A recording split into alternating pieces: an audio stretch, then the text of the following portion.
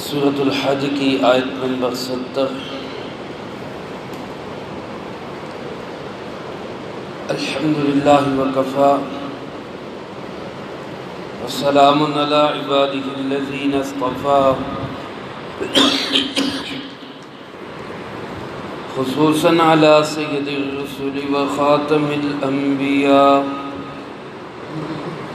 وعلى آلہ واصحابہ الاتقیاء۔ اما بعد فاعوذ باللہ من الشیطان الرجیم، بسم اللہ الرحمن الرحیم۔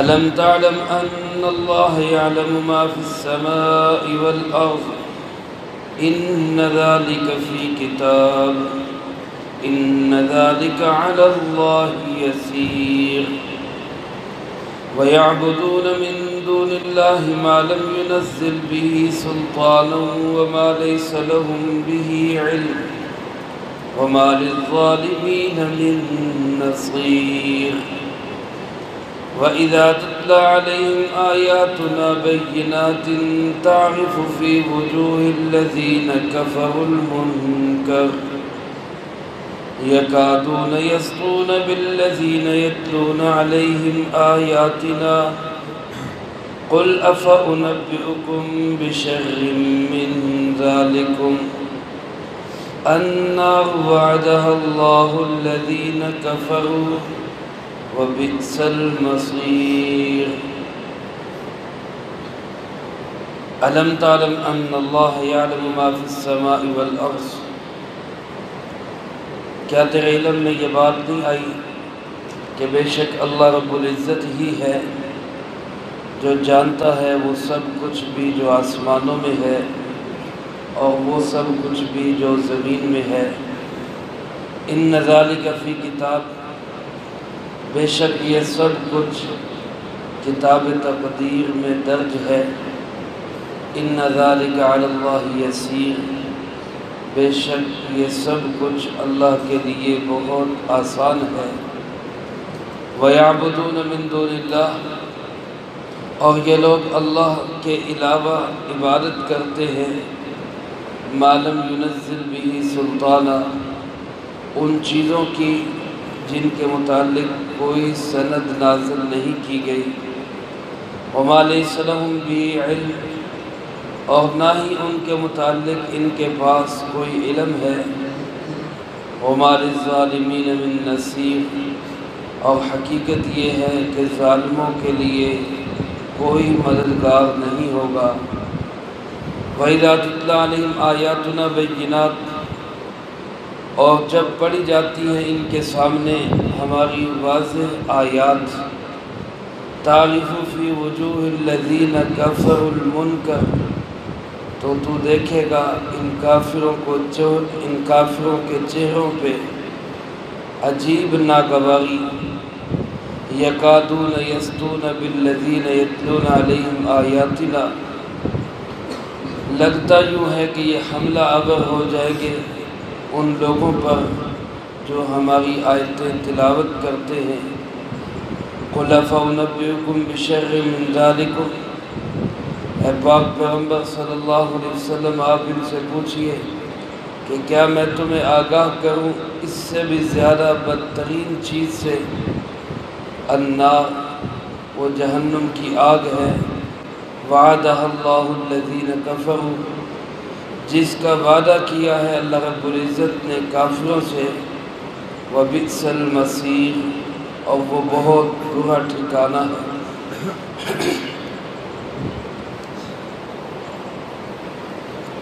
ان آیات مبارکہ میں اللہ رب العالمین نے اپنی قدرت علم کو بھی بیان فرمایا اور مشرکین عرب کی شرکیہ باتوں کی تردید بھی فرمائی گئی، اور اس کے ساتھ ساتھ اس بات کو بھی واضح کیا گیا کہ یہ وہ لوگ ہیں کہ جب ان کے سامنے دلیل سے بات کی جاتی ہے تو ان کے چہروں کا رنگ سڑ جاتا ہے، ان کو کوئی بات سمجھ نہیں آتی سوائے ناگواری کے اور سوائے الزامات کے۔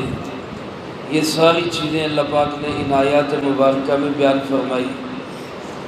اپنی قدرت علم کو بیان کرتے ہوئے اللہ پاک ارشاد فرماتے ہیں الم تعلم، اے مخاطب کیا تیرے علم میں یہ بات نہیں، اور اگر پہلے نہیں ہے تو اب جان لو، ان اللہ یعلم ما فی السماء والارض، آسمان و زمین میں جو کچھ ہے اس سب کو جاننے والا اللہ رب العالمین۔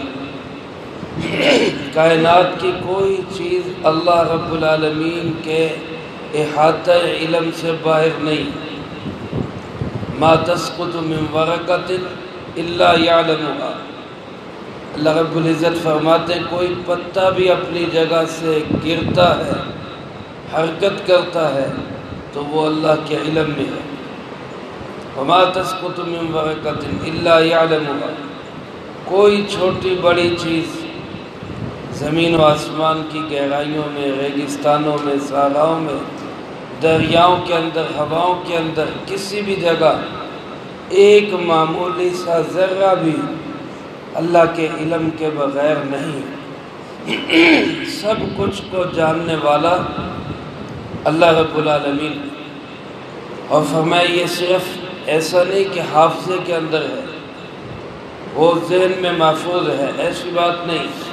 ان ذالک فی کتاب، یہ سب کچھ اللہ کی کتاب تقدیر میں بھی درج ہے۔ میرے محترم دوستو، ہماری تقدیر، ہمارا جو ہم نے کرنا ہے وہ سب کچھ ہماری پیدائش سے بھی پہلے لکھا جا چکا ہے، بلکہ اس کائنات کو بھی پیدا کرنے سے ہزاروں سال پہلے اللہ پاک نے جو کچھ اس میں ہونا تھا اپنے علم کے زور سے وہ سب کچھ لکھ دیا تھا۔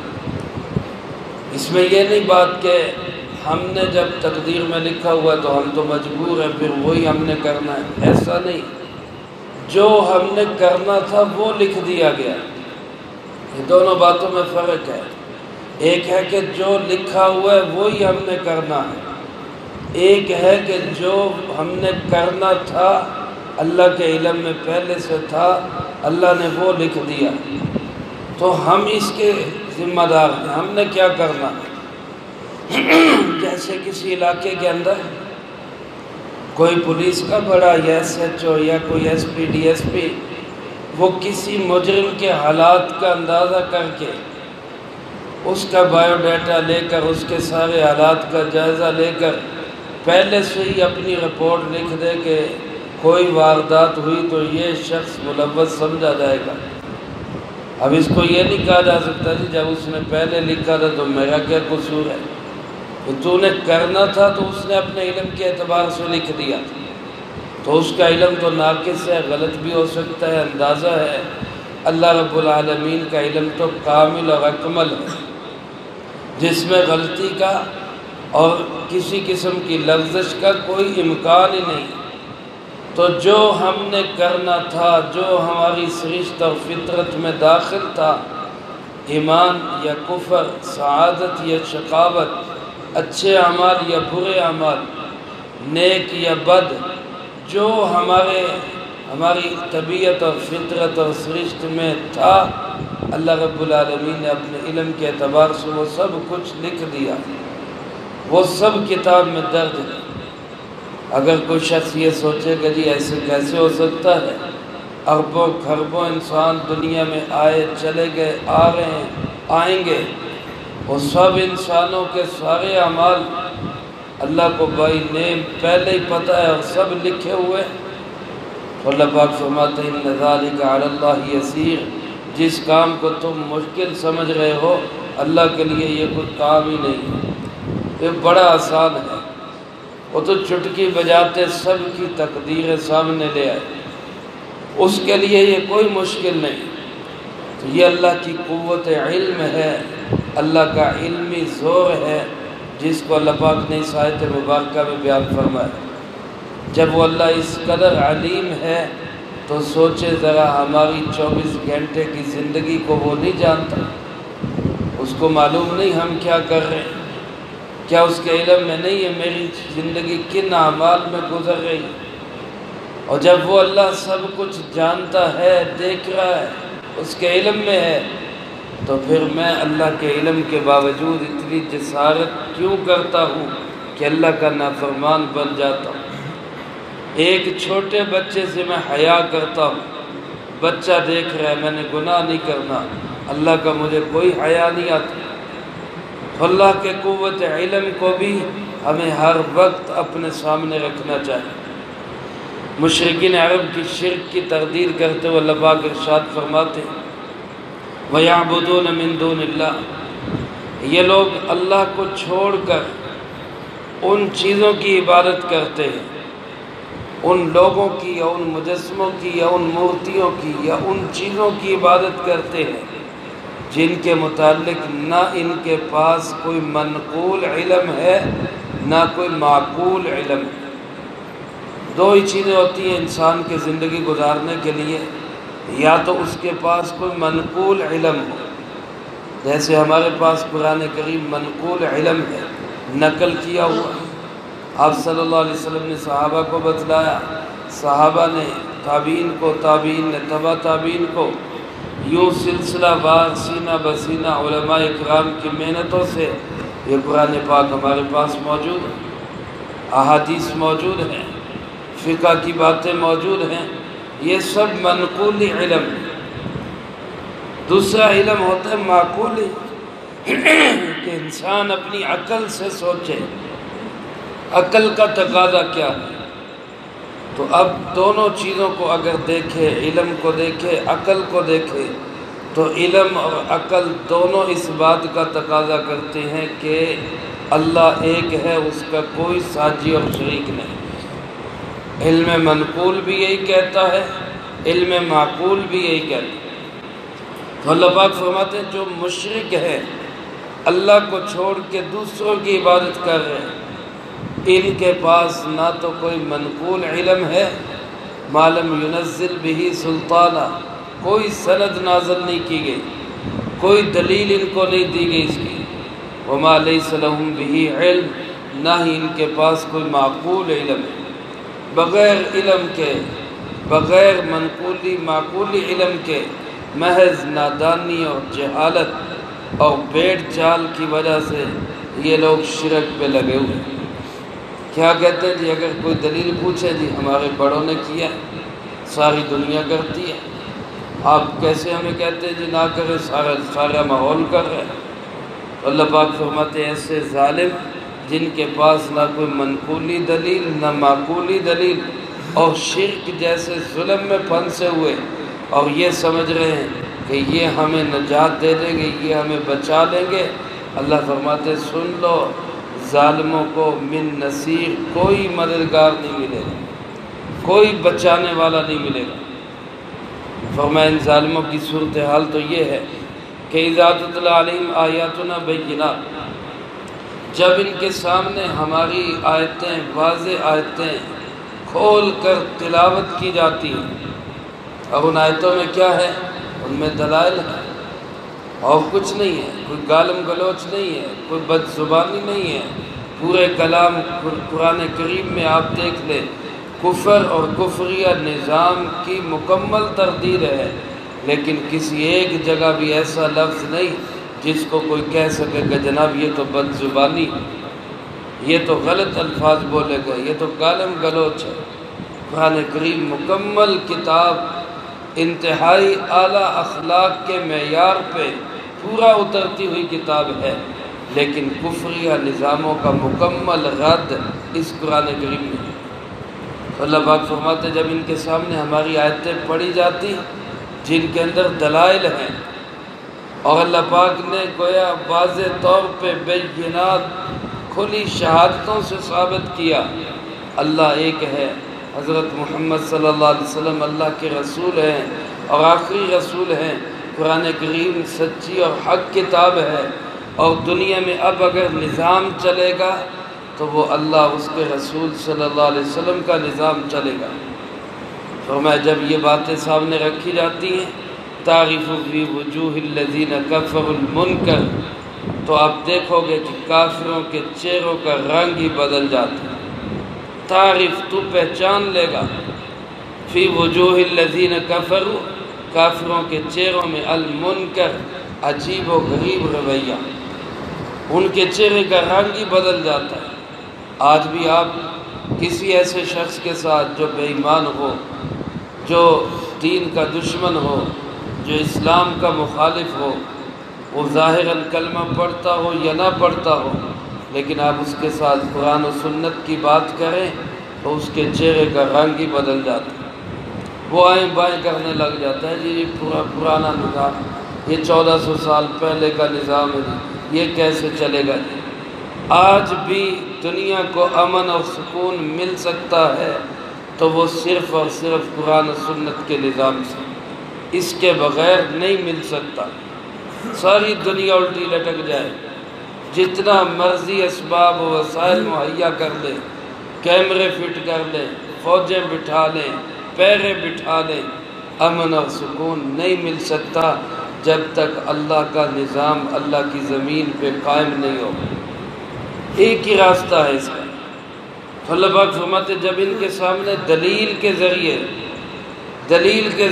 ان کے سامنے بات کی جاتی ہے کہ جناب حقیقت اور سچائی یہ ہے، تو ان کے چہروں کے رنگ بدل جاتے ہیں اور یہ مرنے مارنے پہ تل جاتے ہیں۔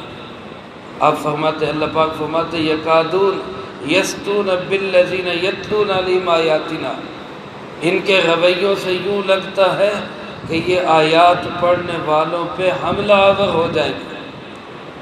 دلیل کی بات آتی نہیں ہے، دھمکی شروع کر دیتے ہیں، سیدھی بات دلیل سے ہو نہیں سکتی، گالیاں شروع کر دیتے ہیں، صحیح بات دلیل کے ذریعے واضح نہیں کر سکتے، الزامات شروع کر دیتے ہیں۔ تو یہ ان کافروں کا وتیرہ آج کا نہیں پرانا ہے، آج نہیں صرف کہ یہ گالیاں دے رہے ہیں، الزامات لگا رہے ہیں، دھمکیاں دے رہے ہیں اور ڈراوے دے رہے ہیں، یہ آج کے حالات نہیں۔ اللہ کے نبیوں کو علیہ السلام کو، پہلی امتوں کو انہی حالات سے سابقہ اور واسطہ رہا، باقاعدہ حملے کیے گئے۔ حضرت سیدنا ابوبکر صدیق رضی اللہ تعالیٰ عنہ نے حرم پاک کے اندر دلیل کی بنیاد پر اللہ کی توحید بیان کی تو جواب نہیں بن پڑا، حملہ کر دیا، اتنا مارا کہ شکل پہچاننی مشکل ہو گئی۔ یہ حملے کر رہے۔ اسی طرح حضرت سیدنا حسین ابن علی رضی اللہ تعالیٰ عنہ دلیل کی بنیاد پر بالکل حق پر تھے، اور جب دلائل کے میدان میں ان کا مقابلہ نہیں ہو سکا، بیٹھ کے بات نہیں ہو سکی، ٹیبل ٹاک کے ذریعے ہار گئے، تو یزیدیت نے حملہ کر دیا، شہید کر دیا۔ یہی صورتحال آج کی یزیدیت کر رہی ہے، بیٹھ کے بات کرتے ہیں تو ہار جاتے ہیں، کوئی جواب نہیں بن پڑتا، تو پھر کیا کہتے ہیں، یہ الزام ہے جی، یہ کرتے ہیں جی، وہ کرتے ہیں جی، گالیاں ہیں، اور ادھر سے جناب دھمکیاں۔ تو اللہ پاک فرماتے ہیں کہ یہ دلیل کے میدان میں فیل ہونے والے یہ دھمکیوں پہ اتر آتے ہیں، حملے کرنے لگ جاتے ہیں، لیکن فرمایا یہ حق اور سچ تو ان کو برا لگتا ہے۔ آؤ میں تمہیں ایک اور چیز بتلاؤں، اے پاک پیغمبر صلی اللہ علیہ وسلم، آپ ان سے کہیں یہ حق تمہیں ناگوار لگتا ہے، لگتا رہے، حق نے تمہارے سینے پہ مونگ ڈلنا ہے اور اس دنیا میں تا قیامت رہنا ہے۔ یہ حق غالب ہونے کے لیے آیا، مغلوب ہونے کے لیے نہیں آیا، اس نے تو چمکنا ہی چمکنا ہے۔ آؤ میں تمہیں ایک ایسی چیز بتلاؤں جو تمہارے لیے اس حق سے بھی زیادہ ناگوار اور بری ہوگی۔ أَفَأُنَبِّئُكُمْ بِشَرٍّ مِّن ذَلِكُمْ، اس سے بھی زیادہ شر والی چیز تمہارے لیے ہوگی، اور وہ کیا ہے؟ النار، وہ جہنم کی آگ ہے۔ یہ تو دنیا میں تمہیں حق برداشت نہیں ہو رہا، دنیا میں تمہیں سچے لوگ برداشت نہیں ہو رہے، دنیا میں تم سے صحیح بات کرنے والے برداشت نہیں ہو رہے، تو یہ تو دنیا کا معاملہ ہے، جب مرو گے تو وہاں جو کچھ ہوگا وہ آگ کی صورت میں سامنے آئے۔ وَعَدَهَا اللَّهُ الَّذِينَ كَفَرُوا، اور اللہ پاک فرماتے ہیں اس کا اللہ نے کافروں سے وعدہ کر رکھا ہے۔ یہ اللہ کا وعدہ ہے، یہ ہو کے رہے گا، کوئی اس کو ٹال نہیں سکتا۔ جو شخص بے ایمانی کی حالت میں، کفر کی حالت میں، دین کی مخالفت کی حالت میں دنیا سے چلا گیا، اس کے لیے اللہ کا وعدہ ہے کہ وہ جہنم کی آگ میں سڑے گا، وہ جلے گا۔ وہ فرمایا وَبِئْسَ الْمَصِيرُ، اور یہ بہت برا ٹھکانہ ہے، بہت برا ٹھکانہ ہے۔ جس کو اللہ پاک کہہ رہے ہیں بہت برا، اس کی برائی کا ہم کیا اندازہ کر سکتے ہیں۔ اس سے بچنے کا ایک ہی راستہ ہے، حق کو دل و جان سے قبول کیا جائے اور حق والوں کا ساتھ دیا جائے۔ اللہ مجھے آپ کو سب کو اس کی توفیق نصیب فرمائے، جو کہا سنا اس کو زندگی میں لا کے دوسروں تک پہنچانے کی توفیق عطا فرمائے۔ اللہم انت السلام و منک السلام، تبارک ربنا و تعالیٰ یا ذا الجلال والاکرام۔ اللہم اعنا علی ذکرک و شکرک و حسن عبادتک۔ اللہم احسن عاقبتنا فی الامور کلها واجرنا من خزی الدنیا وعذاب الآخرہ۔ اللہم باقیتا کباقیت الولید، اللہم استر عوراتنا وآمن روعاتنا۔ اللہم انا نجعلک فی نحورهم ونعوذ بک من شرورهم۔ اللہم اکفنا بحلالک عن حرامک واغننا بفضلک عمن سواک۔ ربنا تقبل منا انک انت السمیع العلیم وتب علینا انک انت التواب الرحیم۔ صلی اللہ علی النبی الکریم وعلی آلہ واصحابہ اجمعین برحمتک یا ارحم الراحمین۔